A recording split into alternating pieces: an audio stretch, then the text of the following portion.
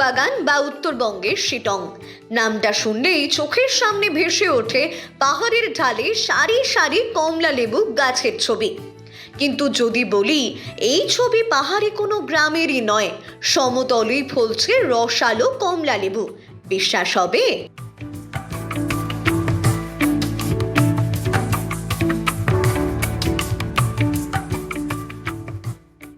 অবিশ্বাস্য হলেও সত্যি, অশোকনগর বিধানসভার সেনডাঙ্গা এলাকার কেওসা এখন যেন এক টুকরো দার্জিলিং।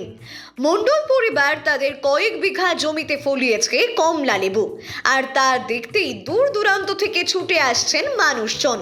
পড়েছে সেলফি তোলার ধুম, হাতে ধরে ছিঁড়ে নিয়ে চলছে কমলা লেবু খাওয়া।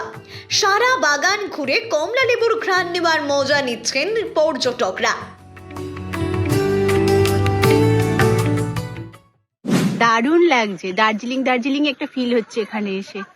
এত সুন্দর, চতুর্দিকে এত লেবু গাছ, এত লেবু হয়ে আছে, খুব ভালো লাগছে এসে। বাচ্চাদেরকে নিয়ে এসেছি, ওরাও খুব আনন্দ করছে এসে। দারুণ লাগছে, অসাধারণ একটা পরিবেশ। আর কমলা লেবু তো মানে ছয়লা হয়ে গেছে, খুবই ভালো লাগছে। এত কাছে অনুভব তো পাচ্ছি, আর খুব ভালোও লাগছে যে এত কাছে এত সুন্দর। হ্যাঁ, সেটাই তো আরো বেশি ভালো লাগছে, গাছ থেকে ছিঁড়ে খেয়ে নিচ্ছি, খুব ভালো একটা ফিল। কেমন খেতে?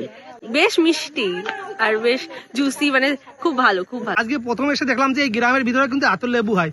লেবুটা এত পরিমাণ যে একটা গাছে 200-300 লেবু হচ্ছে, এবং দেখতেও ভালো, খেতেও কিন্তু খুব সুন্দর। হ্যাঁ, মিষ্টি, প্রচুর মিষ্টি। যে দার্জিলিং যাওয়া লাগবে না, এখানে আসলে দার্জিলিং টুকোপিটাই পাওয়া যাবে এখানে।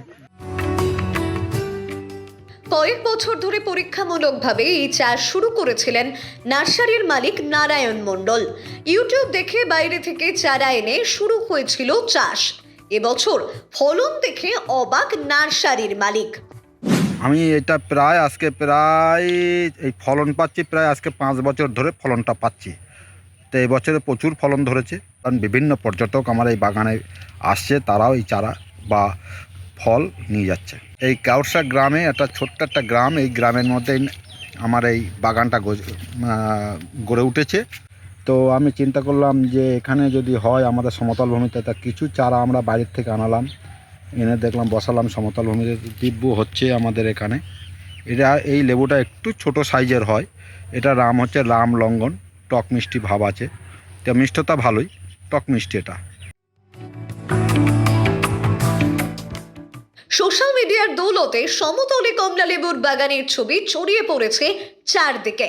টক মিষ্টি এই কমলা খেতেও বেশ অন্যরকম। স্থানীয় হাবড়া ও অশোকনগরের বাজার সহ রাজ্যের নানা প্রান্তে এই কমলা লেবু পৌঁছে যাচ্ছে। আগামী দিনে এই কমলা লেবুর বাগান দেখেই অন্যান্য চাষিরাও লাভবান হওয়ার আশায় কমলা লেবু চাষে আগ্রহ প্রকাশ করবে বলেও মনে করেছেন নার্সারির মালিক নারায়ণ বাবু। প্রায় 7-8 বিঘে জমিতে প্রায় 8 থেকে 10 রকম প্রজাতির কমলা লেবু চাষ করা হচ্ছে। এটা আমাদের একদম নর্মাল। যদি লেবু চাষ খুব সাধারণ একটা সাইট্রাস জাতীয় জিনিস, কিন্তু এর এমন কিছু লাগে না। বছরে 2বার খাবার দিলে, আশা করি 1-2বার একটু ওষুধ দিলেই লেবু গাছ আমাদের সমতল ভূমিতে হবেই। সমতল ভূমিতে জমিতে গিয়ে রাখতে পারছি না, কারণ মানুষের চাপে সে লেবু তো আস্তে আস্তে দেখছি সব উধাও হয়ে যাচ্ছে। কমলা লেবু আছে মোটামুটি 8 থেকে 9 রকম।